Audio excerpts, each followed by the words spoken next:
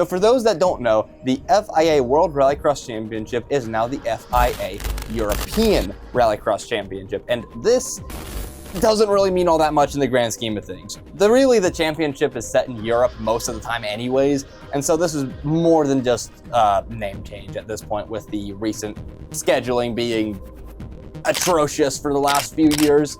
This year should still be one to watch though, and so I put together a list of 10 things I'm really interested to see going into this year between the European Rallycross Championship and the RallyX Championships plural. Starting with number 1. Johan Kristoffersson has left the building.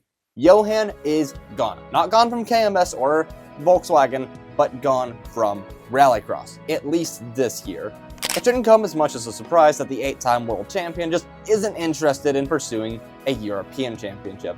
Personally, I thought he would, but he's already got the 2 RallyX European championships, so that's probably good enough for him. It's more than likely that the VW Brigade will still compete in this year's European Championship with Vaby and I'm guessing either Head Hoses or Mac, depending on which one gets the call up to the senior team first. Okay, so I somehow forgot to include Nils Andersson in this list, given he did not compete in Extreme H, but he literally drove the 6-1 in Sweden and did very well in it for the one Swedish rallycross round that actually had supercars, so sorry Nils, you are definitely in contention for the seat as well as the others. They'll most likely at this point just use the 601 until the end of the regulations in 2028, when obviously everyone needs to build new cars. And I think the 601 is a very interesting car because it's not quite as dominant as the other VWs have been. So this year is not over just yet. Although admittedly, Vaby is looking more like a challenger for the title year after year. Another big thing that I know a lot of people are talking about online is the return of a new old face. While I'm not exactly the biggest fan of the last remaining manufacturer being Volvo, aside from VW having left the sport, at least the team that ran them, being Set Promotion, is still staying, and has a 2-car lineup of Mikko Tam and Andreas Baccaru. Now he's actually already got a couple of these, notably with 2022 with his ES Skoda victory. But now he's in the car that Ken Block drove back into the World Rallycross Championship in 2014. And honestly, I think if anyone can take this car to victory lane, it's him. And Anton Markland in 2023, so it is a proven chassis. And Mikko Tam is a very quick driver, so he's going to have to work hard to beat his teammate this year, although Tam is comparatively inexperienced. And for those wondering, Clara Anderson will probably sign with PGRX this year, while Nicholas Grunholm is moving on to Stage Rally to fight in the WRC2 series. And while I'd love for him to team up with Dynamo Skoda, I don't think it's going to happen anytime soon. One of the other big changes this year is the new addition of 2 new classes, Crosscar and Rally4 cars under RX4. Crosscars have actually been a thing since like 2015, but they were finally FIA homologated in 2018, and it took them until this year to actually add them into the World Rallycross Championship, or European Rallycross Championship. That's going to take a while for me to get used to. RallyX has really done a good job popularizing these things all over Europe, and to an extent the US as well, with drivers like Huka really making a name for themselves and a lot of other drivers making the jump up to supercar from crosscar. It's a really neat little series that I think everyone should follow. I hope this doesn't split the field in half with RallyX and we get a bunch of new drivers competing with the old regime as well, but I think this is a great step up for drivers that have already won the RallyX Championship but just never got the sponsorship to make it to supercar. The RX4 cars, on the other hand, are actually quite interesting, because I think that they're going to start phasing out RX3 cars. And there's a pretty good reason why. While this is entirely speculative, it's pretty obvious that RX3 just does not have the support it used to have just a few years ago. So this was my running theory about RX3 until literally the day I'm editing this video, where we have a new team unveiled, they have a new manufacturer, so RX3 probably just got saved against all odds. I don't know for how long though. Rally4 already has Ford, Lancias, Opels, Peugeots, and Renaults, all factory supported, and I have a feeling most of them will probably sign a team up to join this championship this year. This will be an interesting series, and while I can't see it having an exorbitant amount of entries in the first year, I would love to be proven wrong. Now the fourth thing, we got Loiak back! Loiak, Latvia, and Mondello Park? Interesting pick. Now, Loiak absolutely needs no introduction if you've seen the sport. It's a high-speed, almost oval-like track that always puts on a good show. Then we have Latvia.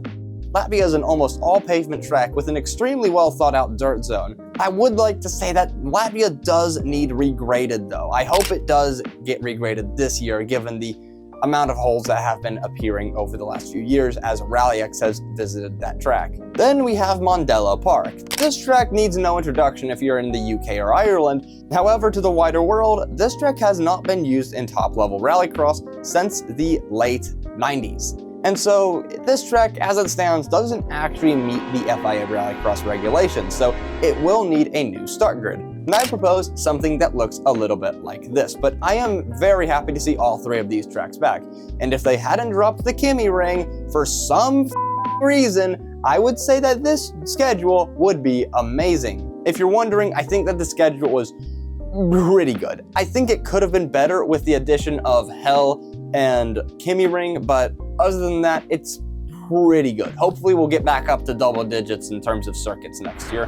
One schedule that's not disappointing though is the RallyX schedule. They are going to 9 countries, 11 racetracks, and 22 total races throughout the entire season. That is insane. I hope that some of the less well-funded teams will be able to continue racing in this series because this is a lot of racing with every race being a doubleheader.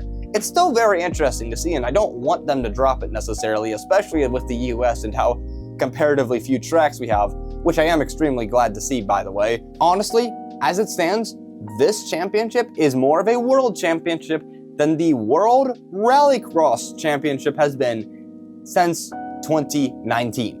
That's how bad things have gotten in that championship, which is why I think going Europe only is probably the best thing for the championship, and technically already happened.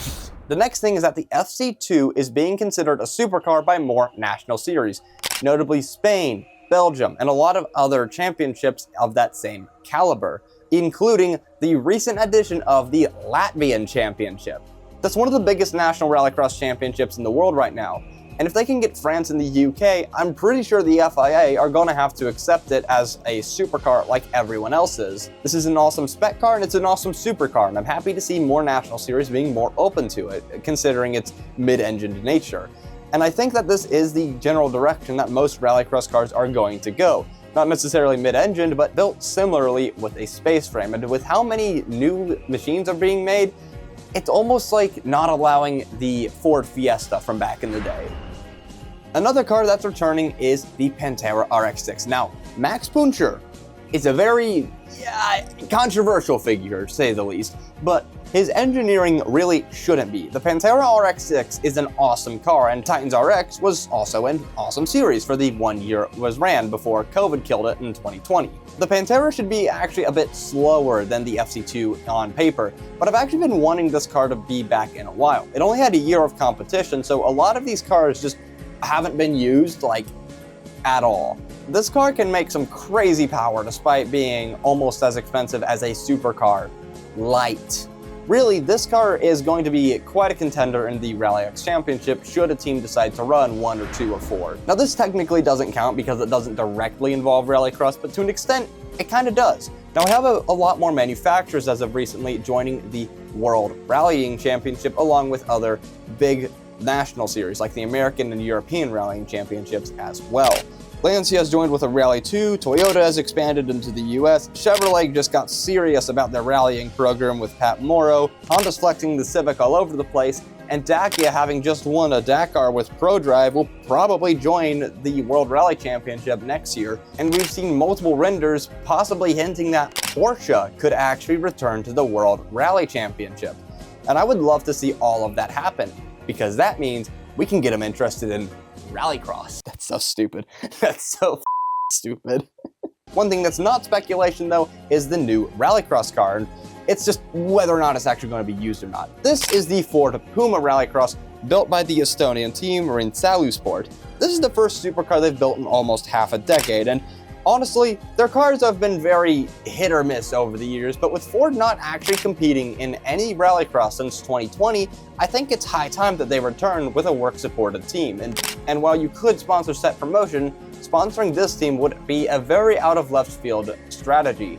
I really hope that this team actually run the car in, say, RallyX before going for the European Championship, before this car becomes obsolete for top-level rallycrossing. Regardless of Ford's involvement or not, I really hope that this team actually runs the car just because they can. They've built the car, now use it.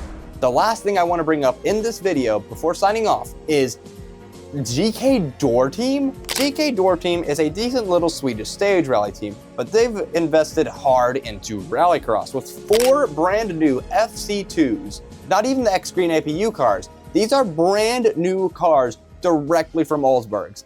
This team are very serious about their rallycrossing, apparently. Now, not all 4 of these cars are going to be used for a RallyX big title push. I'd imagine they'll be using 2 of them with some of their faster drivers, as I mentioned that they're going to be running these in various series. I'd imagine there's going to be a lot of use from some national series, as the FC2 is already allowed for the Swedish Rallycross Championship as seen in Arvakia last year. But I think as this team gains more and more experience, if Rallycross is something they want to continue pursuing, this could very easily become a brand new super team, which is nice considering we're really lacking, well, teams right now.